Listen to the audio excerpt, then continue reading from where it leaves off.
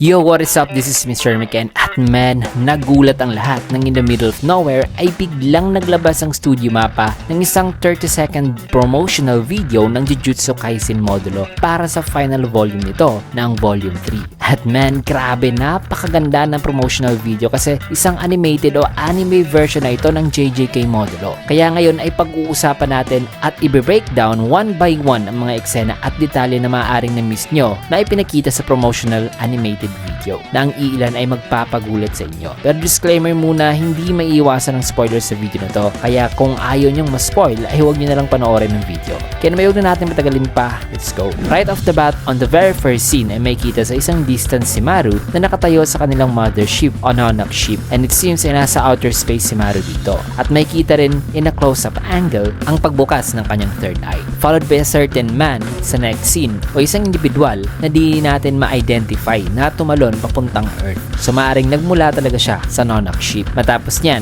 ay sa next scene ay habang pinapakita ang year 2018 ay may pinakitang isang glimpse of a scene na kung saan ay pinakita ang isang individual na nung una ay akala ko ay si Yuta dahil sa eye bags nito na makikita sa kanyang mata. But then I realized na sa JJK Modulo ay di nila ipinapakita as much as possible ang mukha ng previous character na kagaya na Yuta at Maki. So this character could be si Iri Okotsu na kamukha talaga ni Yuta, ang only son ni Yuta at Maki. Posible na si Yuka din nito nung sa time na malapit na siyang mamatay dahil sa kanyang tumor. Matapos niyan ay after nitong 2018 scene ay pinakita ang soul book ni Yuki Tsukumo na ibinigay ni Choso kay Yuji noon. At we can really tell na si Yuji ang nagbukas nito at may kita na kinikip pala ni Yuji ang litrato na kung saan may kita sa litratong to itong si Yuji kasama si Gojo, Nobara at Megumi, which means even after 68 years ay may mga memories pala siyang kinikip dito sa soul book na to. Now on the next scene sa trailer ay may kita ang year 2086 na nakalagay. Yung which ay sina Maru na, Tsurugi at Yuka ang parang nag-aalitan dito similar sa scene ni Yuji 68 years ago. At during this scene ay may kita na kahit nag-aalitan sila ay masaya si Maru kasi pakiramdam niya rito mga kaibigan ay magiging kaibigan niya itong dalawa. Pero deep inside ay may kita sa next transition itong si Maru at Cross, which implies na despite sa kanyang tuwang na i-experience kasama si Yuka at Tsurugi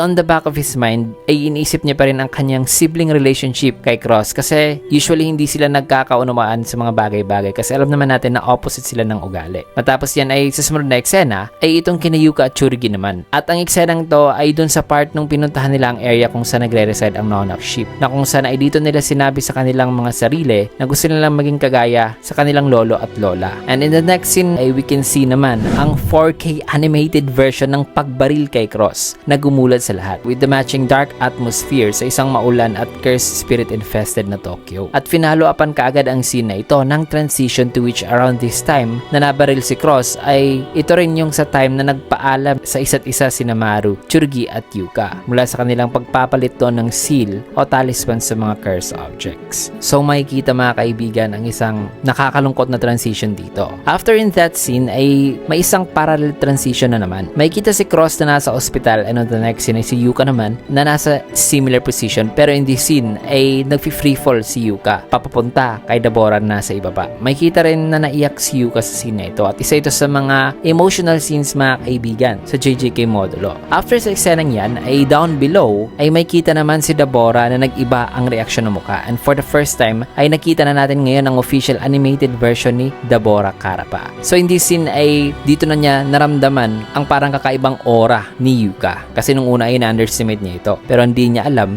ay may trump card pala si Yuka. And after niyan ay eto na, hindi na nga nahiya ang studio mapa na i-drop itong napakaangas at surprising na scene noon sa manga mga kaibigan, at ito ang shot na kung saan ay si Yuka ay gumagawa na ng hand gesture para maisama na nag-iisang Mahuraga, na in the manga ay grabe ang pag-trending sa scene na ito mga kaibigan nung in-reveal na si Yuka pala ang nakapag-inherit ng 10 Shadows technique. Matapos sa next ng ito ay may kita itong napakaangas ng transition transformation ng singsing ni Yuta na nahulog at lumabas dito si Rika na naka-merge naman kay Tsurugi. So ito pala ang anime version ng Tsurugi na may naka-merge na Rika na gumulat din sa atin noon mga kaibigan habang inaabangan natin ang manga. Matapos sa eksenang yan ay we get to see immediately itong si Maru na naka-lock in at nakabukas din ng kanyang third eye, at ang shot na ito ay mula sa kanyang pagkipaglaban kay Tsurugi mga kaibigan. On the next scene naman ay pinakita na ang napaka-cold na entrance si Mahuraga habang si Dabora ay nakatingin sa kanya. In this scene ay by artistic choice ito na kung saan saan ay napakalaking tignan ni Mahoraga. And on the next scene ay may kitang seryosong mukha ni Dabora na unti-unting nagpapalabas ng light without enchantment. At napakaganda ng lighting at pagkakadrawing dito. And seconds later, in this scene ay may kita na nasa ilalim pala ni Dabora itong si Mahoraga, na kung saan ay pinikita nga ang iconic scene o ang isa sa iconic scene noon ni Mahoraga, na kung saan ay nagkatusok-tusok ito ng mga light rods attack ni Dabora. Ito ang scene na kung saan ay for the very first time ay nakatanggap si Mahoraga ng isang extraterrestrial na atake. After nyan ay di pa tapos ang mapa na may pakita ang mga scenes sa laban na to, kasi pinakita rin nila ang pag-activate ni Dabora ng curse technique reversal ng kanyang light curse technique, na kung saan may kita na umiitim ang liwanag ng curse technique ni Dabora habang kaharap niya itong si Mahoraga. Matapos na pinakita na nga ang pag-zoom out dito kay Dabora na nape-prepare ng atake gamit ang kanyang curse technique reversal. But wait mga kaibigan, ang pag-zoom out na ito ay isa rin palang beautiful shot ng pag-tease o pagpapakita na talaga sa domain expansion mismo ni Dabora, na ang official name ng kanyang domain expansion ay ang Other World Between Darkness and Light Reverse Transcendence. So grabe, hindi ko in-expect na ipapakita na rito ang domain expansion ni Dabora. And after nitong magandang pag-zoom out na scene ay may isa na namang transition na kung saan ay parang nabasag ang domain barrier ni Dabora at may kita ang isang kamay na briefly lang ipinakita kasabay ang pag-transition dito kay Mahito. At ang eksena na ito ay ang eksena na kung saan ay di natuloy ang pagcast ng domain expansion ni Mahito matapos itong maputol kaagad ni Yuji ang kanyang dila at ang mga daliri nito, na habang bumubuo pa sana ng hand seals ay kagad itong na-slice. At ang eksenang to isa rin sa mga iconic scenes sa JJK Modulo manga. At satisfying lang talagang tignan dito ang animated version o ang artistic choice dito sa part ni Mahito. At maririnig mo rin in this video ang pagkainis ni Mahito kay Yuji. At habang pinapakita rito si Mahito na binibigkas niya rin ng pangalang Yuji, ay dito na ipinakita sa next scene sa huling eksena itong si Yuji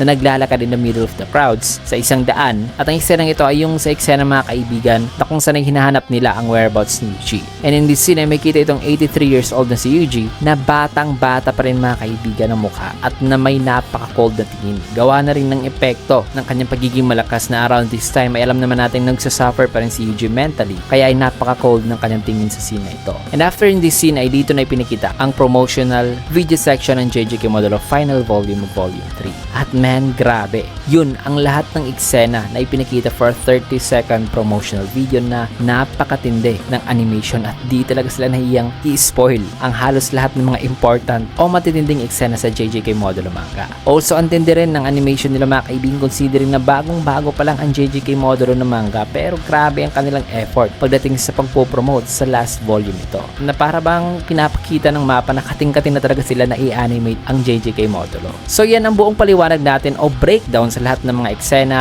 o mga maaring na mission na detalye sa 30-second promotional video ng JJK Modulo. Kayo, anong pinaka-paborito nyong eksena sa video na yun? Let me know your thoughts dyan sa comment section below. Also, tutok lang kayo kasi after this video ay ang susunod kong gagawin na video ay ang pag-review naman sa bonus manga o epilogue ng Jujutsu Kaisen Modulo na inirelease kasama sa Volume 3. Marami ang mga bagong impormasyon doon mga kaibigan at bagong exclusive scenes, kaya excited na akong i-review yun. Kaya stay tuned kasi yun ang i-review natin sa susunod na video. So dito mo natin tatapusin ng video, kaya naman kung gusto niyo yung video, can get a like, comment, follow, subscribe na rin for more videos like this. Maraming salamat din, see you guys again on my next video.